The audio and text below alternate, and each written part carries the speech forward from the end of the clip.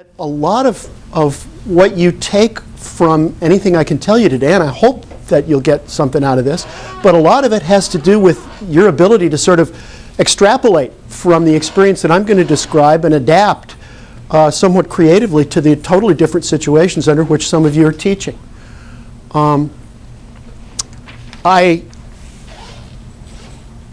I wanted to come talk to you today about this because I found my own first experience with the large lecture course so daunting, even though I had been a graduate teaching assistant in graduate school in a large lecture course for a really, really good teacher who trained me well, gave me a chance to do one of the big lectures like we often do with the graduate TAs. Still, after 20, 30 years of teaching experience, almost entirely focused on discussion-sized classes of anywhere from 20 to 35, I found that everything I knew about teaching didn't really apply. It was scaled to a discussion-sized section and it didn't translate well. It took me going through once, convinced that a teacher as good as I knew I was would just hold their interest because my ideas were so good, right? Because I would speak to them forcefully. Right? That always works. This particular class, and my department does have some in American Lit. I teach British, but some of the American Lit go up over 300. It's 200 students, and you know, when we have our department meetings and do our year-end evaluations of faculty in a small committee and go through everyone's teaching evaluations, this is one of those courses that has the reputation. Everybody who goes in there sees their teaching evaluations drop sharply. And I thought, not me. And then my teaching evaluations came back and they dropped sharply. So I thought, there have to be some lessons here. I know I can do this. What am I doing wrong? What are the lessons? I started over by asking, okay, what is the obstacle? And let me rethink this. This is not going to work the way a small section works. I can't use the same pedagogy. I can't have the same techniques, the same objectives. I've got to rethink teaching from square one based on the number of people in the room, based on the venue. Let's face it, it's actually a circus. And as I said before, I don't think that the university or any of us teach these courses because we think this is a pedagogical ideal. We do it for budgetary reasons. So you've got to face right up to that and stop. I mean, maybe I'm talking to myself here, but I went in there resenting the fact that you can't do what you can do in a small class. Boy, I needed to get over that long before it even occurred to me that that was my problem.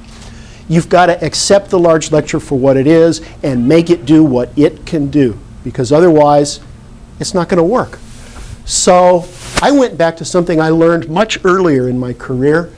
It was actually a study I had read about why many minority students do poorly in primary and secondary school settings, and it's because they don't identify with school as such. And I applied that to the situation that I found myself in. And I said, okay, students have got to identify with the setting, with the course, before they can learn. They have to feel that they have a connection. They have to feel connected. And that's exactly what the large lecture defeats. What do students tell us in their evaluations? That they hate the passivity, that they're bored. That's judging from my evaluations and hundreds of others that I've read. What does their behavior tell us? Those things that drive us crazy. They act like we can't see them. We're looking right at them. I've always thought that was so dumb and so funny. Well, think about it. What does it tell you? They may know intellectually that you can see them, but they feel invisible. They feel anonymous out there, and they behave the way people behave when they feel anonymous. So the first thing you've got to do is break through that. You've got to involve them. You've got to interact with them. You've got to make them feel like they're present and they're part of what's going on. And that's not easy, but it is the challenge. So how do you break through the wall? One is to be big. I call that the Wizard of Oz principle because we all know the Wizard of Oz was really this little man behind the curtain. But what did he project? It was big, it was loud, it was impressive. And this applies not only to the ways in which technology can amplify you, from the microphone to the screen to everything else. it also applies to your own presence in front of the room. If right now I'm talking to you about the way that I would talk to 20 or 30 people in a room this size, right? If I were talking to Gloria 3 feet away from her the way I'm talking to all of you right now, she'd be, why is he blasting away at me like that? Why is he acting so silly with big gestures and overemphasizing all of his vocal inflections? It would feel ridiculous to her and to me. You've got to scale yourself to the space you're in. And when you're in a big lecture hall, you have to be as big as you possibly can down in front of that room. And it's a mode of behavior. It is a way of doing things with your voice differently. But all of it involves holding their attention and communicating on the scale that you have to communicate on. This is not an intimate conversation. You have to move out into the hall figuratively by doing what I was just talking about, which is a way of projecting your persona out to the very back wall. But you've also got to do it, I think, literally. I was going to demonstrate this today, but I couldn't get the Bluetooth connection to work right before we started. But this is not just a digital mouse. This is actually a pointer, right? And when it's working, it enables me to control the PowerPoint from Bluetooth range. I used this when I taught the course because it enabled me to still be doing my PowerPoints, but to walk out and engage a student in conversation in the aisle, just like, Johnny Carson or Jay Leno or when they walk out into the audience. And I think you've got to do that. It's one of the things that helps you interact with even a large group of students, because you've got to be asking them questions. You've got to be calling on the kid way in the back. I can't quite hear you. What's your name? Okay, what was your question? And you walk back halfway to meet him. Technology can help a little. The Bluetooth remote can help. Course playlist. What's that? Well, I don't know if this would work for a different course, but in my class, it was a literature course. The theme was family. So the course theme song was the Sister Sledge, We Are Family, which I played on the first day before class starts. In a large lecture, there's always 10 or 15 minutes when everybody's milling around and filling in. So that's when I did the course playlist.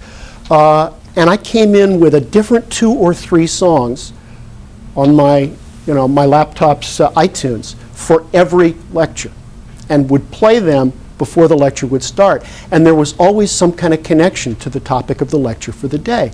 But I never told them what it was. It was just something that they started to notice and figure out, and so it became one of the games in the course. What's the connection between, Pearl Jam's Don't Call Me Daughter and the lecture on Romeo and Juliet? What are the connections here? That helps, I think, especially if you have a really diverse palette on your iTunes. Billie Holiday for when you're teaching Native Son. Blackboard and PowerPoint, absolutely.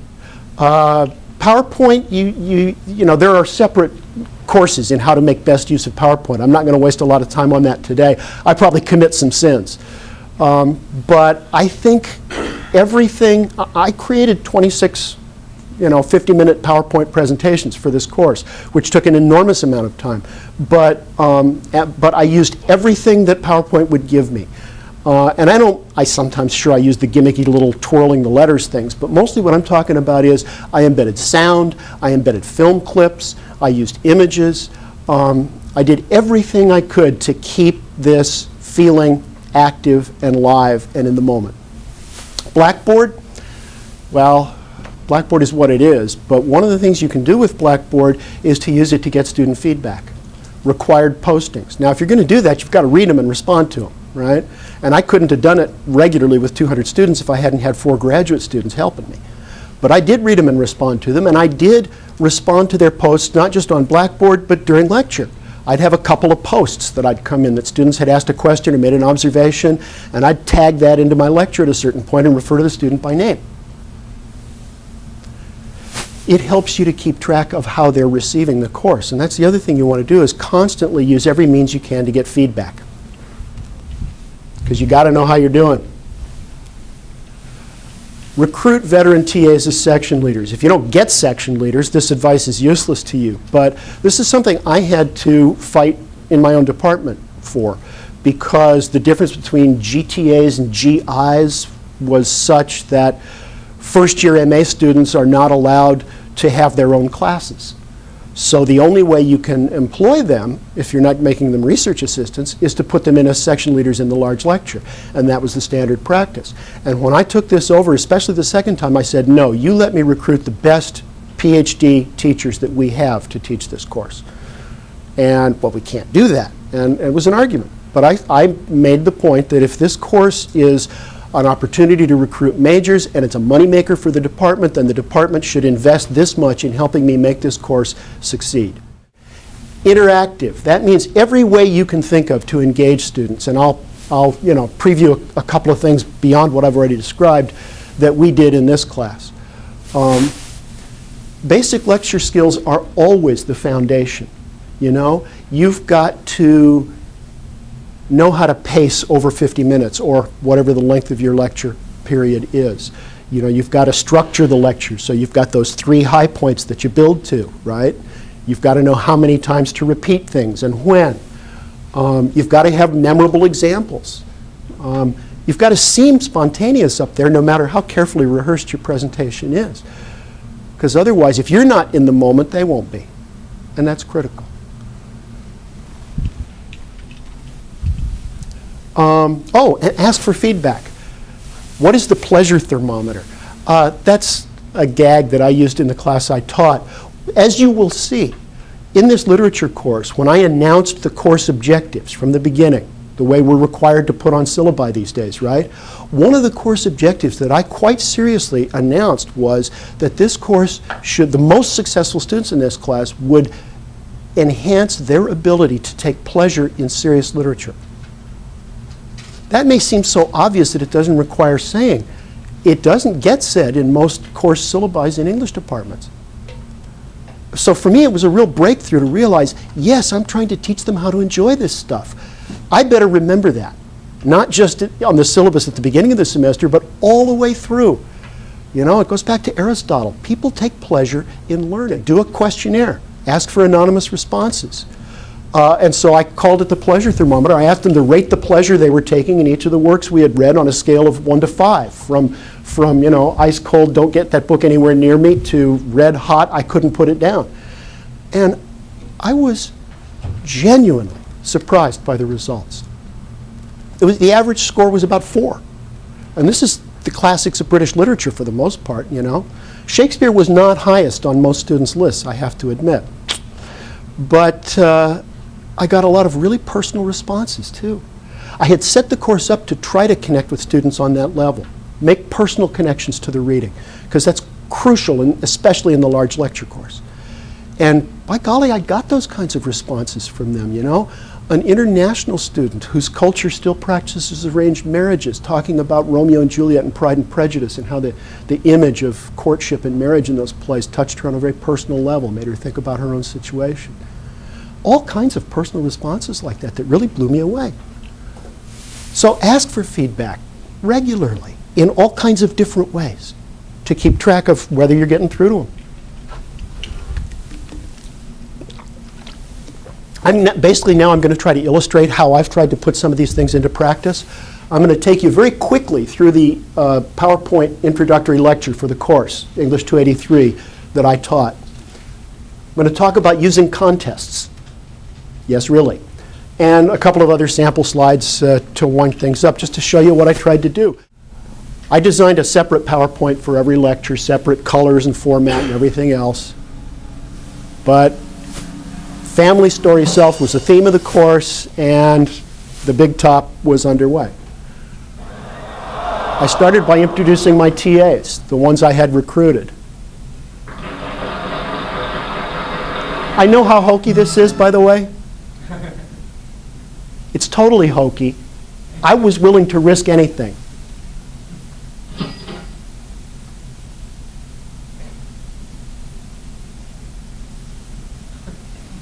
And of course, I made them stand up when I was introducing them to the class.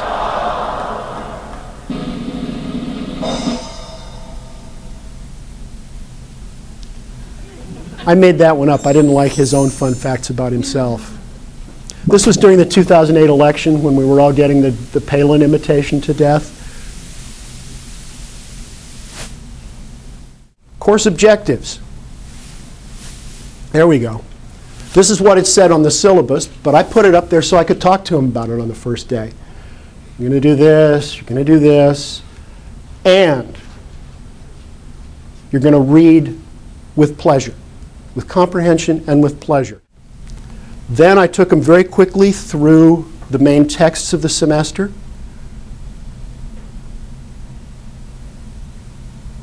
I love the connection between the two images. You get, go from DiCaprio and to this one, and they're visually similar. Having given them a quick overview, I started to give them a sense of the concepts, the way I wanted them to handle. And this goes right to the making connections with the students theme, which is my point today. I tried to design the course from the very beginning to be the kind of course where you could make those connections. And there's got to be a way that you do that in sports management or nursing, and I'm not here to tell you what that is. I decided that for me, these students are right now, in their own lives, negotiating the transition from being children at home to being adults in the world. So that's what this course was going to be about. I can't hold back if I want them to make personal connections to the course. So I gave them an example from my own family. I always ended by telling them what was coming up next time. What's this? I devoted a class to preparing them for the midterm. I give an objective midterm, not an essay test. I have them write essays for the class, but I figure an hour test, let's just see if they know the stuff. So I told them that would be the way it was all along. Well, to prep them for the midterm, I created a Jeopardy game. So this is just an example. Boundary crossings is one of the themes for the course. So you could pick boundary crossings for 1, 2, 3, or 4 points, right? And then there was a whole other, I had the whole Jeopardy board up with the different themes. And I was out there saying, okay, you in the back, I'll take boundary crossings for 2 points, and then the question would pop up. And these were all sample midterm questions that I had created for the day. So make it a game. 283 Idle was another game we played. This one was a result of using Blackboard to track student responses, to take the pulse of the class. Let's have a verbal analysis here. You post your answer. We created a forum. We offered points on the final average for the course for the best answers, right? And we let the class join in judging the best answers.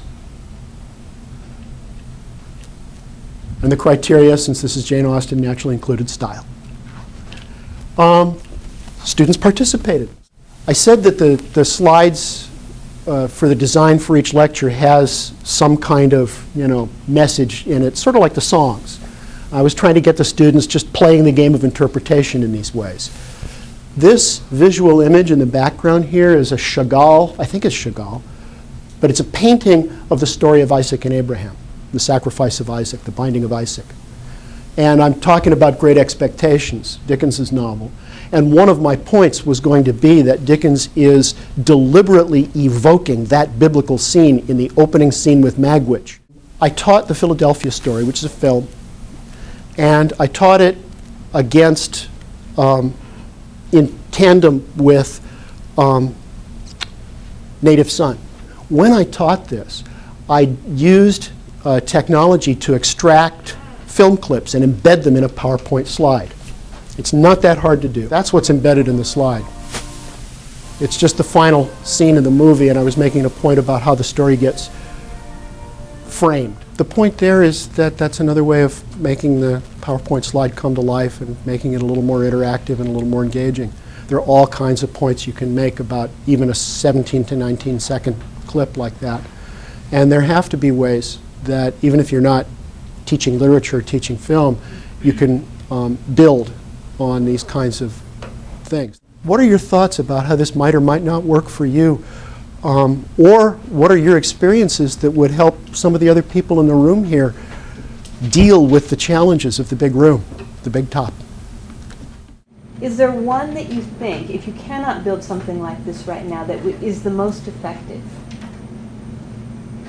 Any form of interaction. Okay. You don't have one over another that you would recommend?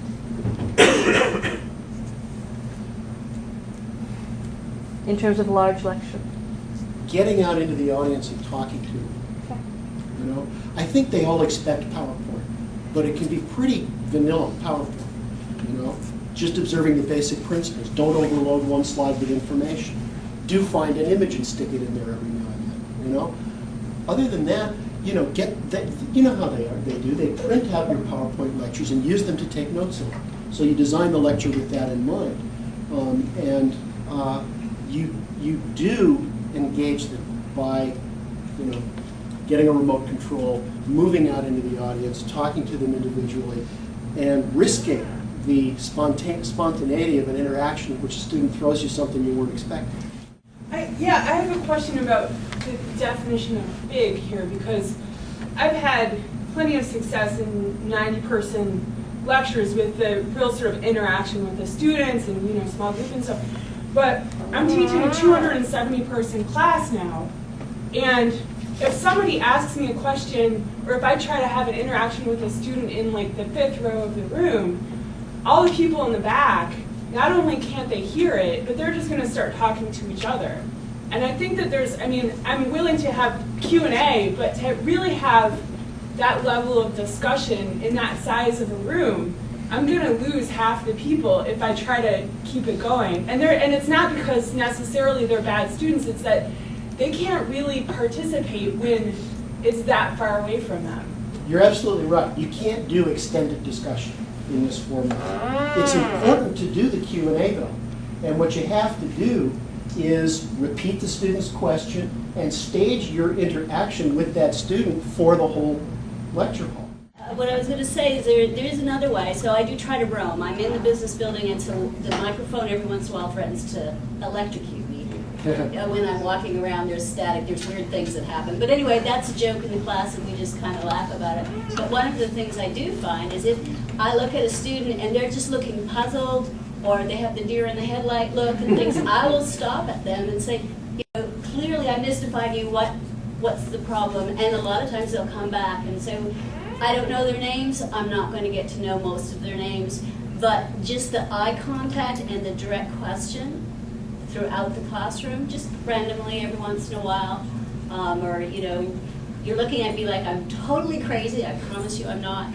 Those kinds of things are really good for that kind of big class, and I do think I can keep a lot of them more on board. And you know, it's the best you can do in that kind of situation. I agree. The interactions don't have to be extended, and they usually probably go better if you're in control. In other words, they may ask you a question from time to time, but usually you should be asking them the question.